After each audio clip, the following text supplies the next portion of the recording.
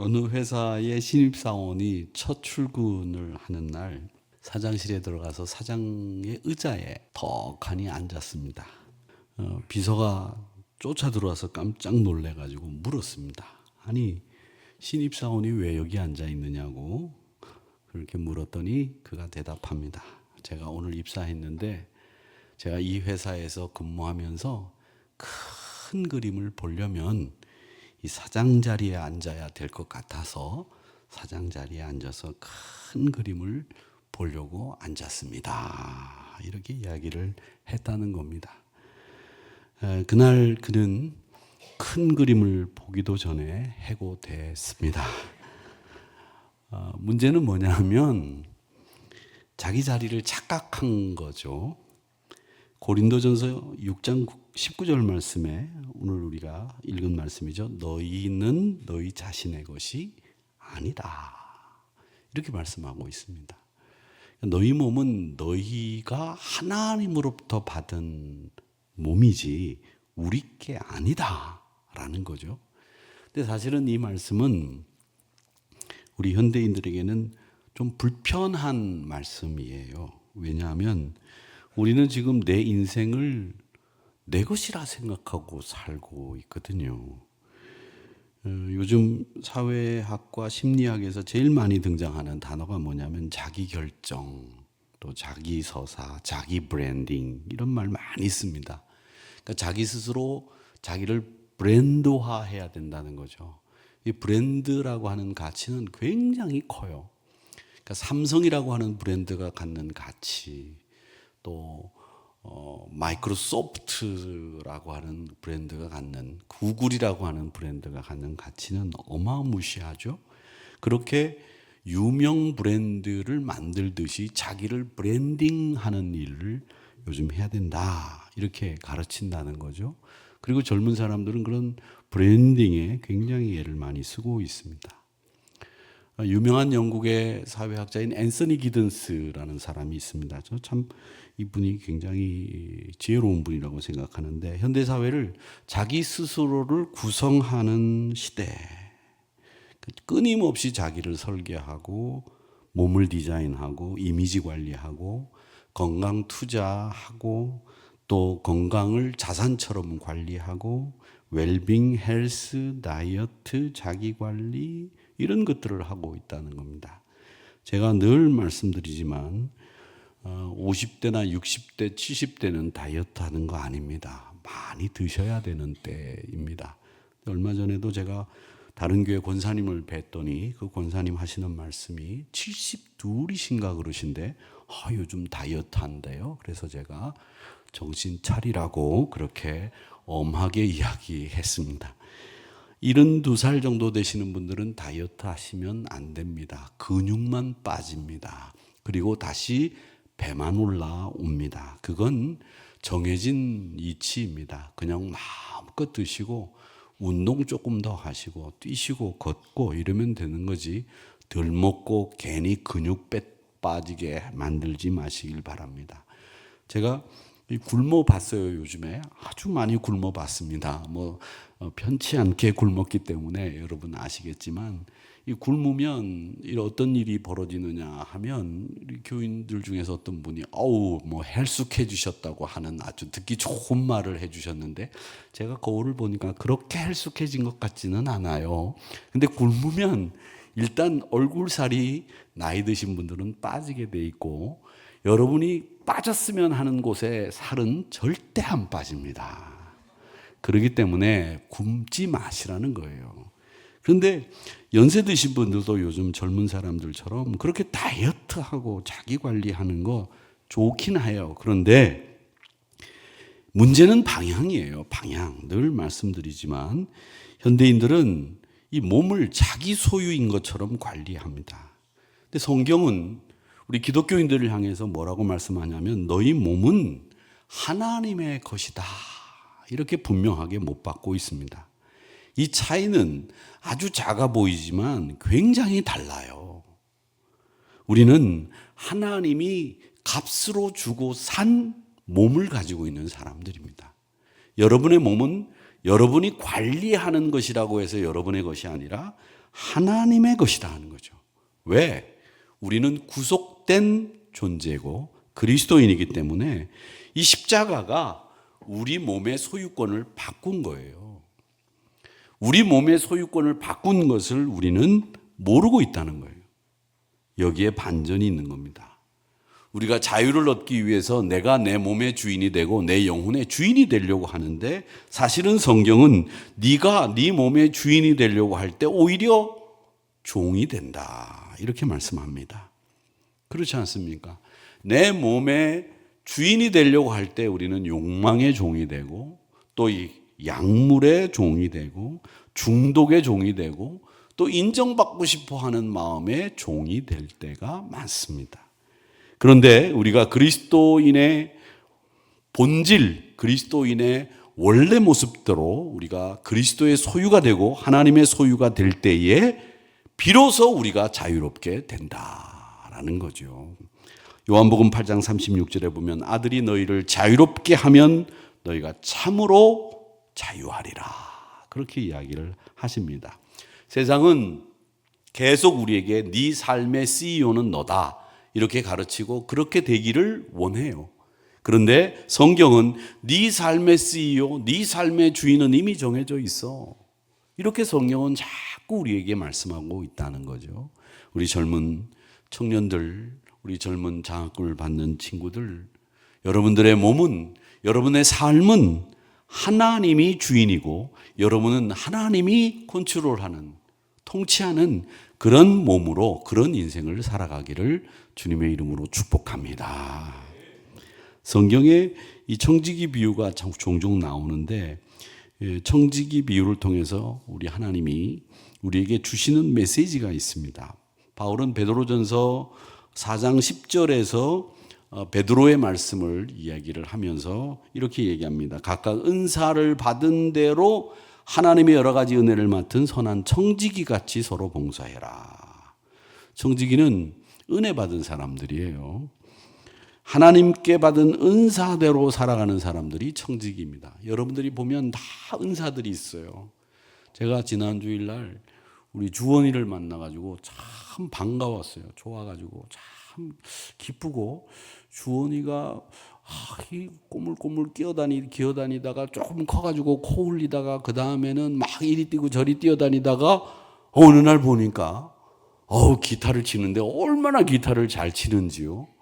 그리고 한 번도 안 빠지고 제가 보니까 열심히 봉사를 하는 거예요. 그래서 제가 얼마나 대견스럽게 생각하고 기쁘든지 말이죠. 우리 교회에서 이게 자란 청년들이 교회에서 봉사하는 이런 모습들을 보면서 저는 교회가 이런 곳이다라는 생각을 하면서 너무 행복했어요.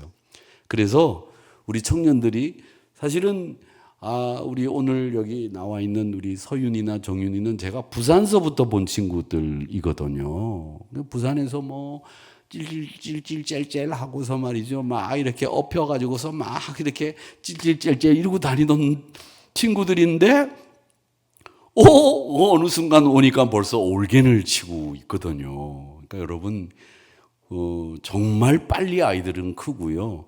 지금 뭐 이 유아실에서 이렇게 지고 저렇게 뛰고 하는 애들이 조금 있다가 보면 여러분 군대 간다고 목사님 군대 갑니다 이러고 벌떡 갔는 줄 알았더니 벌써 군대 갔다 왔습니다. 그리고 나와가지고 찬양하잖아요. 그렇죠?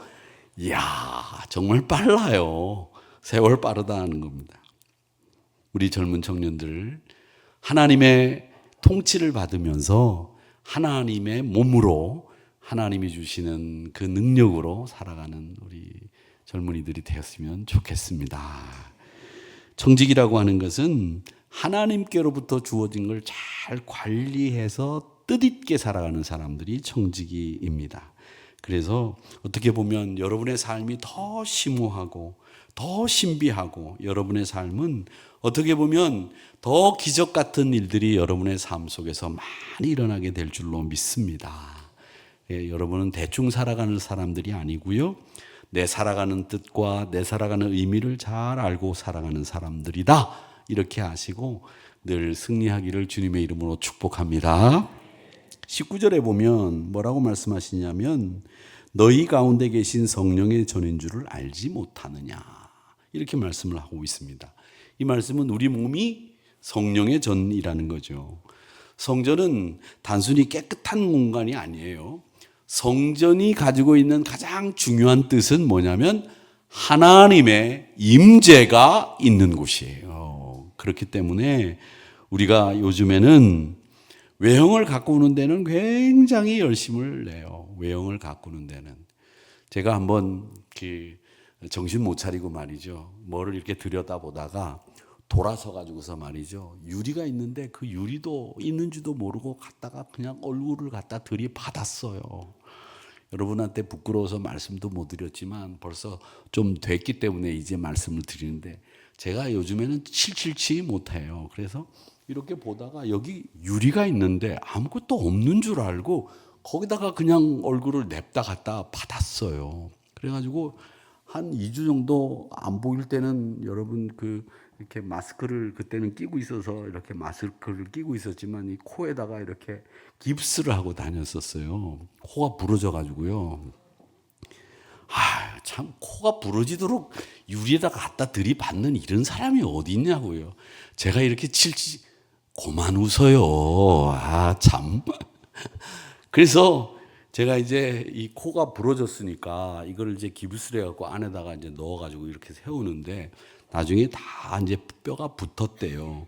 이제 붙었다고 하고 이제 이렇게 나오려고 하는데 의사 선생님이 잠깐 보자 그러더라고요. 원장님이 보자 그래서 딱 들어갔더니 선생님, 뭐 하시는 분이십니까? 이렇게 물어봐요. 그래서 제가 목사입니다.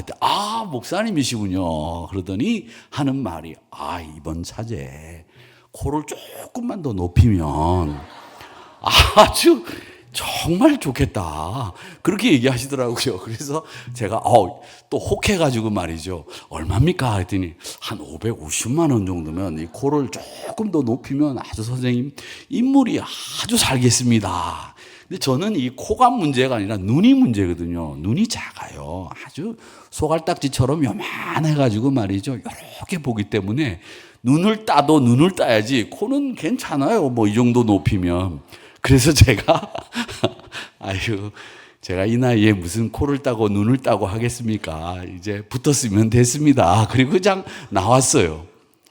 그러니까 제가 만약에 그 이야기를 듣고 나오면서 생각하기를 내가 나이가 있고 또 목사고 그러니까 이제 그런 것에 대해서 딱 단호하게 칼같이 잘랐지만 20대 젊은 남녀들이 그런 얘기를 들었을 때 혹하겠다.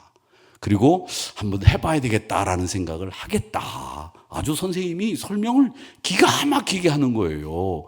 그래서 제가 그 얘기를 들으면서 요즘에는 이렇게 외형을 가꾸는데 굉장히 많이들 애를 쓴다. 저는 외형을 가꾸는데 그렇게 신경을 쓰는 것에 대해서 나쁘게 생각하지는 않습니다. 어떤 목사님 뵈면 말이죠. 목사님이 주일날 제가 이렇게 보면 저 송파에 있는 어느 목사님인데 보면 얼굴이 항상 하얘요. 그래가지고 한 날은 제가 물었어요. 목사님 어찌 그렇게 얼굴에 티 하나 없이 하얗습니까? 그랬더니 유 목사님 제가 얼굴에 파운데이션을 굉장히 많이 발라요. 그러시더라고요. 얼마나 많이 바르는지 말이죠. 얼굴이 하얘요. 여러분 아실 거예요. 어느 교회, 무슨 교회라고 송파에 있는 교회, 지금은 은퇴하신 무슨 목사님이라고 하시는 목사님이 계신데 그분 얼굴이 하얀 거는 다른 이유가 아니라 파운데이션 빨이에요.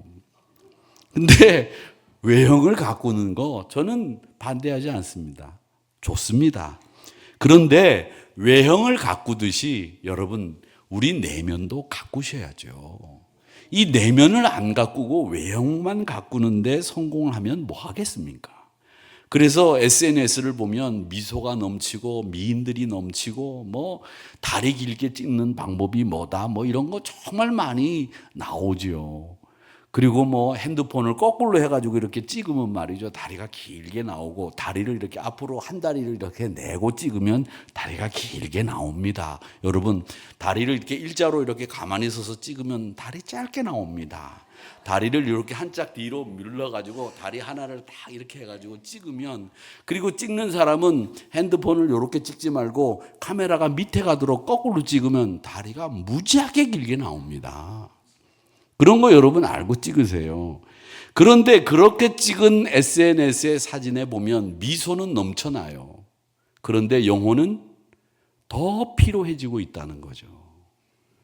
몸은 건강하고 몸은 많이 이런 약 저런 약을 먹어서 참 튼튼하고 병 없는데 우리 정신이 번아웃 되고 있다는 거죠. 심야기도에 여러분들 나오신 이유가 뭡니까? 저는 우리 그리스도의 몸, 성령의 전인 우리의 몸을 이 금요 심야기도 때 잘 점검할 필요가 있다고 생각합니다. 예레미야 17장 9절 말씀에 보면 만물보다 거짓되고 만물보다 부패한 것이 뭐라고 말씀하셨냐면 우리 마음이라고 그랬거든요. 우리 마음이 만물보다 부패하고 거짓된 것이 우리 마음이라고 말씀하셨습니다. 그래서 우리는 몸도 거룩하게 관리해야 되지만 우리의 심령, 마음 이걸 더 거룩하게 지키고 관리하셔야 된다라는 겁니다. 잠언 4장 23절 말씀에 무릇 지킬 만한 것 중에 네 마음을 가장 먼저 우선 지키라고 말씀하셨습니다. 그래서 우리가 정말 우리의 마음을 잘 관리하는 우리 젊은이들 또 금요 심야기도에 나온 여러분들이 되시기를 주님의 이름으로 축복합니다. 그리고 오늘 말씀에 보면 이렇게 얘기하십니다. 뭐라고 얘기하느냐면 값으로 산 것이 되었으니 그런즉 너희 몸을 하나님께 영광을 돌리라 이렇게 이야기하셨습니다. 여기에 또 하나의 반전이 있어요. 그게 뭐냐면 우리가 하나님을 영화롭게 하고 영광을 돌리면 하나님이 우리를 영화롭게 만들어 주신다는 거죠. 요한복음 12장 26절의 말씀에 보면 사람이 나를 섬기면 아버지께서 그를 귀히 여기시리라 이렇게 말씀하셨거든요. 내가 내 영광을 붙잡으려고 하면 내 영광은 작아집니다. 그런데 내가 하나님의 영광을 추구하면 내 영광도 커지고 우리 하나님이 나를 귀하게 여기신다 이렇게 약속해 주셨습니다. 그래서 로마서 12장 1절에서 너희 몸을 거룩한 산 제물로 드려라 이렇게 말씀하시면서 그것이 영적 예배라고 약속하셨습니다. 오늘 금요일 심야 바쁘고 분주한 가운데서 오늘 저녁에 나오신 여러분들에게 하나님이 묻고 계세요. 오늘 이 말씀을 통해서 너희의 몸의 주인은 누구냐? 묻고 계실 때 예, 하나님이십니다. 대답하셔야 되고 네 시간의 주인은 누구냐? 하나님이십니다. 대답하셔야 되고 네 생각의 주인은 누구냐? 네, 하나님이십니다. 라고 대답을 하고 나는 청지기입니다. 라고 대답할 수 있는 삶을 그리고 고백을 여러분들의 고백으로 만들어 가시기를 주님의 이름으로 축복합니다. 어떤 분들은 자기 인생을 자기가 컨트롤한다고 생각합니다.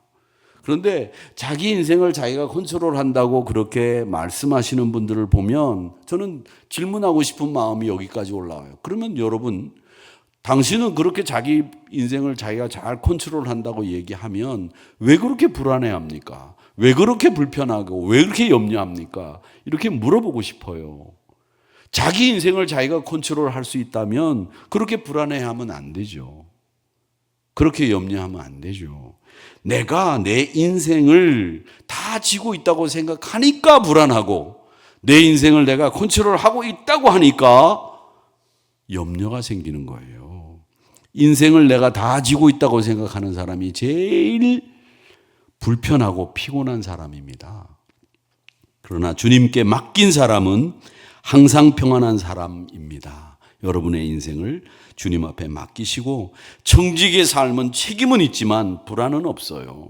왜냐하면 결과는 주인의 몫이기 때문에 그렇습니다. 오늘 사랑하는 우리 성도님들과 장학금을 받는 우리 장학생들, 우리 여러분들에게 여러분 인생은 항상 하나님의 것입니다. 내게 책임은 있으나 결과는 하나님이 책임져 주십니다. 이렇게 생각하시고 하나님 앞에 맡기고 살아가는 여러분의 삶이 되기를 바랍니다. 혹시라도 장학금을 장학금 준다 그러니까 오늘 나를 나오라 그래가지고 동원시키는구나 이렇게 생각하지 마시고 이렇게 금요일 심야기도 시간에 나오니까 참 좋죠. 어른들 말고 부목사님들 아멘하지 마시고 우리 장학생들 오늘 금요일 심야기도에 나오니까 참 좋죠. 아유 다 기억하는 소리로 아멘. 그 아멘 한 것처럼 매주 금요일 심야기도 때 나오기를 바랍니다. 네, 들으셨죠? 제가 이렇게 해가지고 우리 청년들을 이렇게 코 꿰는 데는 능력이 있어요. 그러니까 우리 청년들 금요일 날 온세대 예배도 있지만 우리 청년들 금요일 날 세상에 나가서 뛰노는 것보다 교회 와서 어른들 낯빛도 살피고 우리를 위해서 기도하시는 우리 부모님 같은 장로님들, 권사님들 뵙고 즐거워하면서 찬양도 부르고 참 좋은 시간인 것 같아요. 그렇게 좋은 시간 많이들 가지시기를 바라고 여러분의 삶이 하나님이 책임져 주시는 삶이 되기를 주님의 이름으로 축복합니다.